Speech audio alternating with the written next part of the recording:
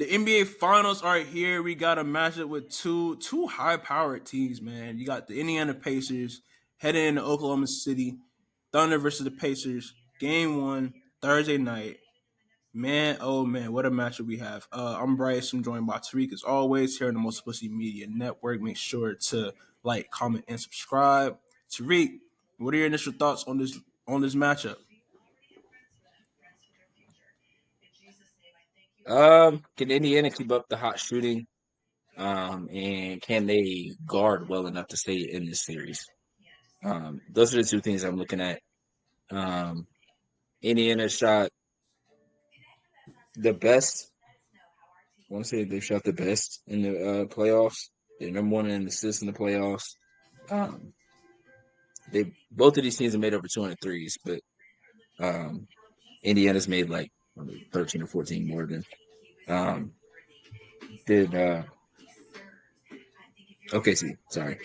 Um, But OKC's defense is what sets them apart from Indiana. Indiana wants to run, so does OKC, but OKC is running off of misses. They're running off of turnovers. They want to turn you over. They're the best team in terms of creating turnovers in the playoffs. Um, in the two games they played in the regular season, turnovers were a big part. Um, not as much in the second game, but more so in the first game. The fast break points were a problem for the Pacers in the second game.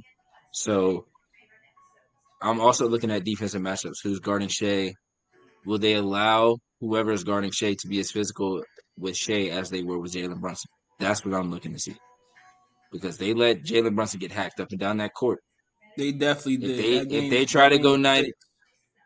if they try to go 94 feet with Shea and they ticky tack and fouling, It's gonna be a long night. I'm it's gonna be a very quick series. Yeah. So those are some things that I'm looking at. I'm looking at defensive matchups, physicality that they or how much of physicality do they allow, shooting for Indiana, and then turnover battle. And I'm also looking at J Dub. I think J Dub has to be good in every game because Mm-hmm. I trust Pascal Siakam. Yes. I trust Halliburton to an extent. I'm with you I don't there. want to say to an extent, but I trust Shea more than I trust Halliburton. I Yeah. trust Siakam more than I trust J Dub. Yes. So with those two duos, like the way that Siakam played in the last series, giving you Lights out. 30-point games, like super efficient, great in great in the transition, great in half court. J Dub had some slower games, but all in all played pretty well. Played better in the conference finals than he did in the conference semifinals. So I'm looking to see him um, keep that going. And I want to see if Siakam and Tyrese Halliburton can keep what they've been doing, and can they do it every game and not do it these two games, but not this game. Do it these game, but not this game. So that's really what I'm looking at. Yeah. Definitely a good. Both teams are fast-paced teams. I'm looking forward to seeing them get out and run. High-powered offenses on both ends. Both teams play the defense as well. Um, I want to say, I think I saw a stat the other day where it was that these are the two teams with the best records since January 1st. So I Mm-hmm. mean, really got two of the best teams going at it. Yeah. A lot of people talk about how they don't like this series. It's gonna be a boring series because it's two small market teams. Those people don't like basketball. Those people don't like basketball because I think this team exemplifies the good in our game. Um, just seeing how these teams like their play styles are kind of similar toward each other. Um, both led by taller guards and with good supporting cast that get out and run and just hustle. But I am interested in seeing some matchups or seeing how teams respond to each other. Pascal is definitely going to be a big focal point for the Thunder to focus on because he's been here before and he's better than he was when he was there last time in 2019 as a Raptor. Um, I think as Pascal taking a bigger role on a team and using his championship pedigree could really help the Pacers out in this series. Meanwhile, you got the Thunder. Their chemistry is off the charts. This team has been with each other for a little minute now. This team has been built through the draft, and been built around Shea. They've done things, I want to say the right way, but this is what you dream of when you rebuild a team. Sam Presti had what 30 first and second round picks and utilized those to his advantage. They drafted well, drafting guys like Chet Holmgren, both Jalen Williams. You got Cason Wallace, and then you also got a guy that they added. Well, their additions has helped them out as well with Hartenstein and Alex Caruso in the previous seasons. Both have been big pieces of their success this postseason. Alex Caruso just being like their engine on defense, kind of, I would say. Um, the guy getting the steal, guarding the hardest offensive player and guarding the ball handler and making things happen on the offensive end. He's just been like the ultimate glue guy for them. I'm excited for this matchup though. I'm excited to see good offense on display. Um, Good guard play between Shea and Tyrese Halliburton. Tyrese Halliburton's having a hell of a postseason. Um, really just walking down teams, or the Pacers just walking down teams the way that they have. Like they won their first two rounds in five, and then won against the Knicks in six.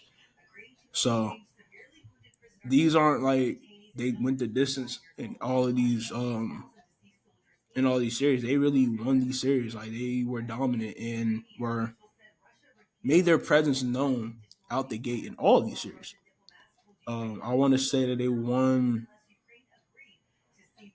Yeah, they won the home game in each one of the series. Or not the home game, one game one in each one of the series.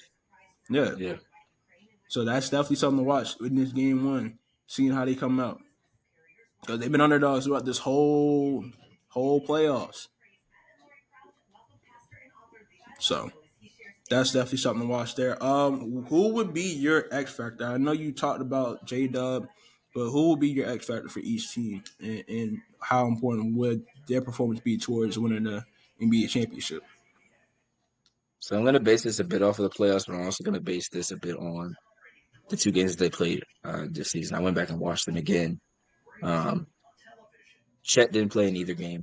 Mm-hmm. Nesmith didn't play in the first game. Caruso didn't play in the first game. In the first game, Indiana went up 26-11. Hartenstein guarded Siakam. J-Dub was on Miles Turner, which I'm curious if they're still going to do that or how they're going to figure that out now. Miles Turner still being able to stretch the floor, Siakam being able to stretch the floor, Nesmith obviously being able to stretch the floor. That's what I'm looking forward to see how they guard that matchup. Shea scored 45 in the first game, 33 in the second game on efficient shooting. J-Dub scored 20 in the first game. Tyrese Halliburton only had 4 points on 6 shots in the first game, and then scored 20 in the second game, I believe. Based on the way that the playoffs has gone, for the Pacers, my X factor is Aaron Nesmith. The way that he played in the first couple of games against the Knicks is the reason that they ended up winning that series. If Yes, he doesn't go especially that 6 for game 7 one. from 3 in game one, they may not They win don't that even have a series at all chance. because it give New York wins that game one. Say Indiana does win game two and win game three. New York won game four, so it was 2-2 going back to New York. Is anybody's thing at that. So Aaron Nesmith was huge all season long, shot almost 50% from the floor, or from three, sorry. Shot tremendously against the Knicks. Had the ankle injury, so he was a little hampered towards the end of the series. Wasn't as effective. But if he's able to play like he was in those first couple of games, that is a huge, huge difference maker for Indiana. For OKC, I'm looking at Chet. Chet is the player on this team and the entire team that changes the trajectory of this team. If he's on the floor and he's playing the way that he's capable of playing, there's not. I mean, at this point, you can say nobody's going to be good because they've already gone through the Western Conference, and depending on if they win this series or not, and if I think they're going to win the series based off of what Chet does, then that would mean they could beat anybody, which I would agree with. This team is already really good. you talked about the structure and how everything fits together perfectly. You got Casey Wallace, you got Caruso, Hartenstein, Isaiah Joe, Aaron Wiggins, um, all these guys that come in and just play their role. Chet Holmgren is the one guy that can't just come in and play a role. He has to be dominant on both sides of the basketball. And if he's dominant on both sides of the basketball, this series is probably going to be over quick. I'm just going to be honest. Because he has the capabilities of going 20-10 in 3 or 4 blocks every single night. Yes. That's the type of talent he is. It's the type of motor he has. And they're not asking him to do that because of how much talent they do have, but he's capable of doing that. And in a series like this, where he doesn't have to play Jokic, he doesn't have to go bang with a Gobert or Julius Randle. Like, I feel pretty good with him trying to guard Siakam one-on-one. I feel great with him guarding Miles Turner one-on-one. So for him, this series, at the end of the series, he could end up being Finals MVP because I don't want to say he's gonna have an easy matchup, but he's gonna have. They're not gonna be. They're gonna focus on Shea because he averaged like 40, almost 40 against them in 2 games this season. So they're gonna focus on that because Nimhard guarded him in both games. I don't think they do that again. But if Neesmith is injured or is not healthy, you can't throw him out there and try to play him on there. So I'm interested to see who guards Shea. Then you put your second best defender on J-Dub, and then that leaves the post players for Chet. We just saw Karl Anthony Towns kill Miles Turner off the dribble. Chet's faster than Cat. So you're going to have to step out and respect the 3 because Chet can make the 3. If he steps out and does that, he's going right by Miles Turner. So I think Chet has the ability to be the Finals MVP of this series if he's doing what he's capable of doing. I genuinely think he can average 20-10 in 3 to 4 blocks in this series. That's how good he is. And while I said earlier, like J-Dub has to be good, he does because he needs to take pressure off of Shea on the perimeter. But outside of that, I feel great about what Chet can do in this series because even off the bench, you're bringing in Tony Bradley, you're bringing in Thomas Bryant. Neither of their feet are fast enough. And then Obi Toppin, he might just be a little too undisciplined to stay with Chet. But I would love to see that matchup too. Yeah, that's the thing that I would say would be I don't want to say the deciding factor, but I would say Chet's play is definitely important in these playoffs. I mean, in these finals. We've seen how Chet has played and how whenever he's gotten his good games, how they have looked and how that's helped them out. And a lot of it will be on him. But I mean, they have a good lineup went through they went like a 9-man rotation, I feel. What, in this last series? Yeah. Maybe a little bit more. Honestly, they played Ben Shepherd. They played Tony Bradley as well. Yeah. So definitely interesting there. But I agree, Chet and Neesmith is gonna have to be the X factors, ceiling raiders for this team because I mean we've seen a game where Tyrese has struggled. We've seen games where Shea has struggled. Ain't no time to struggle. You know, everybody gotta be on their best. This is the finals. Ain't no room for that. But definitely, I think Whoa. I think Chet's play is important too because of him possibly having to guard Siakam in that matchup. And yeah, his play on both sides of the court is going to be definitely important because Siakam's like the second, the 1-2. I mean, he was Conference Finals MVP for how he played and because of how consistently he played in that series. So In terms of scoring, definitely, he's honestly the first option for real. yeah, because Tyrese is Halliburton's much the like a engine. pass first guard. Yeah, Yeah, I mean, yeah. we've seen It's similar times to in Nash and Stoudemire. yeah, like we've seen times in the Knicks series. I kind of took more attention of where it's like they were trying to get the ball to Tyrese. Like he would pass the ball and get it right back, pass the ball, like trying to free him up in certain circumstances. But mainly that offense, like it ran well because of how well Pascal was playing, because of the pick and rolls, because of just him getting the ball and doing his work mid range, post game. Like Pascal is a hell of a scorer. I think Yeah. I think this whole team is underrated, but I would think Pascal in terms of like stars in the league or just players in the league, players at that position. I mean, he was an all-star this year, and I was on here saying, I don't even say I was on here, but I ain't necessarily fully agree with that. But it's like that just goes to show how underrated he was because a lot of people didn't agree with Pascal being an All-Star this year. Pascal being the reason why the Pacers have gotten this far. Him and Halliburton. Yeah. Yeah. Yeah, Siakam's been really good. I think he's gonna have to make decisions pretty quickly because OKC's defense has been geared towards the best player for the most part of every series thus far, Yep. especially in Denver and Minnesota. Obviously, they focused everything towards Jokic, and then just put a bunch of feist. I don't want to say feisty. That's probably not the word I want to use. A bunch of ferocious guys on Jamal Murray to make it tougher for him. And then with Ant, they made him see multiple bodies at all times. He wasn't Yep. able to come down and be comfortable at any point. So I'm Yep. curious as to how they're going to guard Halliburton because Halliburton is a pass first guy. So if you're making him pass, he's just going to make the pass.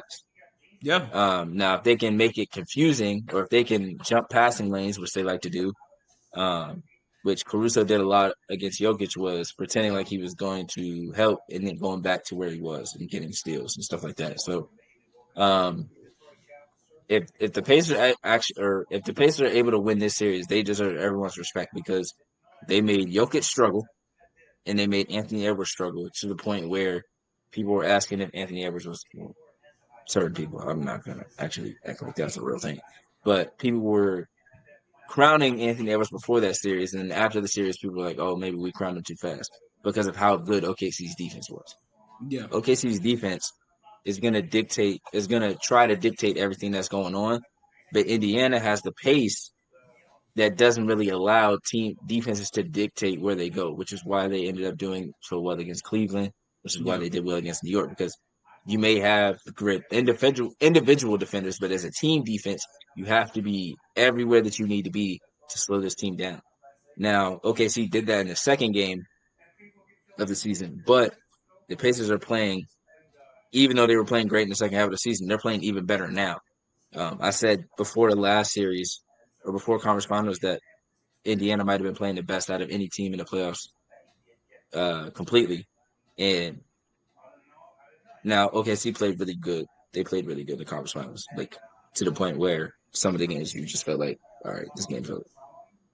Indiana, I feel like played a team that was closer to them in terms of personnel and things like that, and they low key ran, I don't want to say ran through them, but they made it look somewhat easy. Like they did great on the road, won 2 games in a row on the road, and then won the one at home that they needed, and they came back and won another one at home that they needed. So the way I see is like Indiana's offense, like can the shooting of guys like Miles Turner, Nimhard, Neesmith, Ben Matherin, can that keep up with the shooting of Caruso, Dort, Isaiah Joe, Aaron Wiggins, Cambridge Williams if he plays, Casey Wallace if he's shooting the ball well, like there's so many things that you have to try to stop with OKC. It's like, do you let Shea get off? Do you just try to play him straight up, make the other team make their threes? Like, there's really no great option to slow down OKC, and that's really the problem. And Indiana's defense, while it's been better and has been good in the playoffs, I don't know if they have the defensive personnel to do that. But I will say, Rick Carlisle is one of the greatest coaches ever. Yeah. He was able to slow down LeBron. Maybe he has something that can slow down Shea. We'll see. We'll see, man. I do think the Thunder have the edge here, and them starting the season, them starting the series at the crib does help and play into their favor. I think being that they have one of the best defenses of all time. I think statistically, it Mm-hmm. was stated that they have one of the best defenses of all time, and they're gonna want to run and gun. I mean, it's gonna be high tempo basketball, man. So I think the Thunder got the edge here based on, I mean, defense wins championships. Just put it plainly, defense wins championships. But I am interested to see how they look to limit Tyrese and look to see how they respond to Pascal. Um, that being said, the supporting cast is going to have to step up for the Pacers if they want a chance in the series because we all know time after time the Thunder supporting cast has done so. Yeah. Time after time, whether it's been regular season or it's been in the playoffs. So, but yeah, man. Outside of that, though, let's see. Guard matchups gonna be good. Big matchup is gonna be something to look forward to, or look in on, focus on. Um, I don't know. I feel like this series is gonna be honestly a weird series, but it's gonna be weird in terms of like how these teams win. You know, like I don't think there'll be any crazy blowouts because I mean we've seen the Thunder blow out each of their opponents by 40 heading Yeah. into the finals. I mean the possibility is there with Indiana, but at the same time, Indiana is a team that can match them pace wise and could score at the same rate as them. So it'll be hard to see them winning that much by that much in the finals. But I don't know, I just got a weird feeling like Indiana's gonna get a home and get a road game, like one of these first two games. Just weirdly, being that they're Indiana, they've done so in each of these series. I wouldn't be surprised if they get one of these road games and it's 1-1 heading into Indy. Yeah. I mean, in my head, I'm like, OKC got one. But they just did it twice in MSG. So now I will say, I feel like MSG, as great as the atmosphere it is, it can be a great atmosphere for the other team too. Yeah, OKC is a great atmosphere only for OKC. yeah, Like there are no other fans. The crowd is always loud. The crowd is always rowdy. The crowd is all in the same color. Like continuity down the line from coaches to players to fans, yeah, all of it. So I will say the atmosphere OKC is a little different. Game one definitely. is going to be very telling to me about how the rest of the series will go. Oh, for sure. It's definitely gonna set the pace, set the tone for the rest of the series. Um, but yeah, to your point of MSG, I mean, MSG is just it's the mecca, Like we talk about it, it's a place where basketball should be played, like that atmosphere. Mhm. So I get how both players on the Knicks and opposing teams just think to elevate their play when they're in that arena. Yeah. Even in the Big East tournament, how players think to elevate their play when they're in that arena. But yeah, Yeah. being in OKC, that like I said, that definitely helps them and plays into their favor because of their fans. I mean, I think about like we think about the KD Russell Westbrook era where those fans they had all that white on, all that blue on. Like that's like a collegiate environment in pro sports. Because I mean, you got to think, man, like that. They were called Loud City for a while. I don't know Yeah. if they still call Loud City or still referred to as such, but I remember during that time when they were last in the finals, they were called Loud City because of their home presence and because of their home crowd. Their home team was basically a six man out there.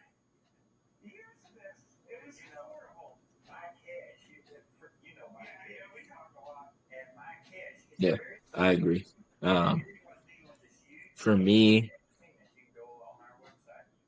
I'll give the Pacers 2 games, but I feel like Thunder in six. Yeah, like part of me, I wanted to say Thunder in five, but I'm like, nah. Like I gotta give. I would say So did I'll I. give the Pacers their credit. I'll give the Pacers their credit, man. I think they'll get two out the deal. They'll get one on the road and they'll get one at home. And I said Knicks in six, and yeah, they beat them in six. So I gotta get them at least 2 games. Gotta get yeah. them at least two. I mean, hey, they're more than credible. They're more than capable of doing so. Yeah. And you gotta remember, this is the Like finals, so their path this is to a the different finals, they've stage. been the underdog all the way through. Never had home court. Um, well, no, they had home court Well, they did in the against. first round. Yeah, they did in the first round. Milwaukee. Yeah, because they were the four seed. But they beat Mhm. Milwaukee in five. Many thought Milwaukee was going to beat them. They beat the Cavs in five. Cavs had the best record in league this season. They beat the Second Knicks. best. Second best. My fault. Second best. Best record in the East. Or no, what it? Yeah, best record in the East. Best record in the East. Yeah. Then you got the Knicks. Knicks were everybody picked the Knicks. Knicks in 6, Knicks in 7, whatever. Everybody picked the Knicks to advance. All the experts picked the Knicks in 6. They sent the Knicks home in 6. What are they going to do now? I got Pacers. I mean not Pacers. I got Thunder in 6 though. Yeah, we got Thunder in 6. I think it ends here. It's a good run though. Great run. Tyrese turned from a star to a superstar in this postseason. I think it's safe to crown him the superstar. Not face the lead like Paul George tried to do, but he's superstar. You ain't see that? Yeah, there was a clip. I'm not about to get that another lighted day. No. I wouldn't go as far as say he's face of the league, but I'll say he's definitely has emerged as a superstar. He's not even the face of Indiana as a whole. Talking about, bro. Respectfully. What are you talking about, bro? Respectfully. He's Respectfully. He just trying to get let back in. That's it. Trying to get let back in. Let me stop. PG is. To Indiana. Yeah, I'm about to say, you think he pull up to any one of these games? Maybe. Because, I mean, hey, you see members of that old team like making appearances or just be a game 3. Yeah, I wouldn't be surprised to see Paul George sitting next to Roy Hibbert. Lance Stevenson there. Lance got some business to take care of this weekend, so he can't go. That's this weekend. Game 3 won't be till next week. That's Tuesday, eh? Yeah. If he lose, which he probably gonna do, respectfully, he gonna be mad. He's not gonna be out there again. You don't think he's gonna be out? That's a lot of bread to lose. Lance is a staple. Lance is a staple in Indy, bro. You play 1-on-1 for 100,000 and you lose. Exactly, and you lose 100,000 and you lose. You going out to celebrate another team winning? No. Maybe it took my mind off it. Yeah. No. That 100,000 that you could have had. No, you not. Nah. I got to lock back in. I got to get in the gym every day. It ain't gonna matter because you're not Michael Beasley, brother. But nah, man, there's gonna be an interesting, fun finals to watch. Definitely looking forward to it. I hope they bring the finals logo back on the court, but I know they're not going to. They better. They need to. It's been too long. They won't, but they should. It's been too long, man. It has been entirely too long. But one thing I will say, I think basketball fans, no matter if you're a regular fan, casual fan, diehard, I think we all should take this finals for what it is and not what it could be or what people want them to be, because that takes the joy out of it, you know? Like, we got 2 great teams who have proven they should make it this far in the finals, battling out for the NBA championship. We're about to get a first-time champion. I think we should be more excited about that than worry about where this is being played. But we're not everybody's basketball peers. Not everybody likes basketball. They just like the idea of basketball or like the people that are in basketball. So, yeah. But anyways, man, we'll be back. Well, y'all know where to catch us at here on Multiplicity Media YouTube channel. We'll be talking about the series throughout on our social channels as well, as you see the ads on the screen. And yeah. Appreciate y'all.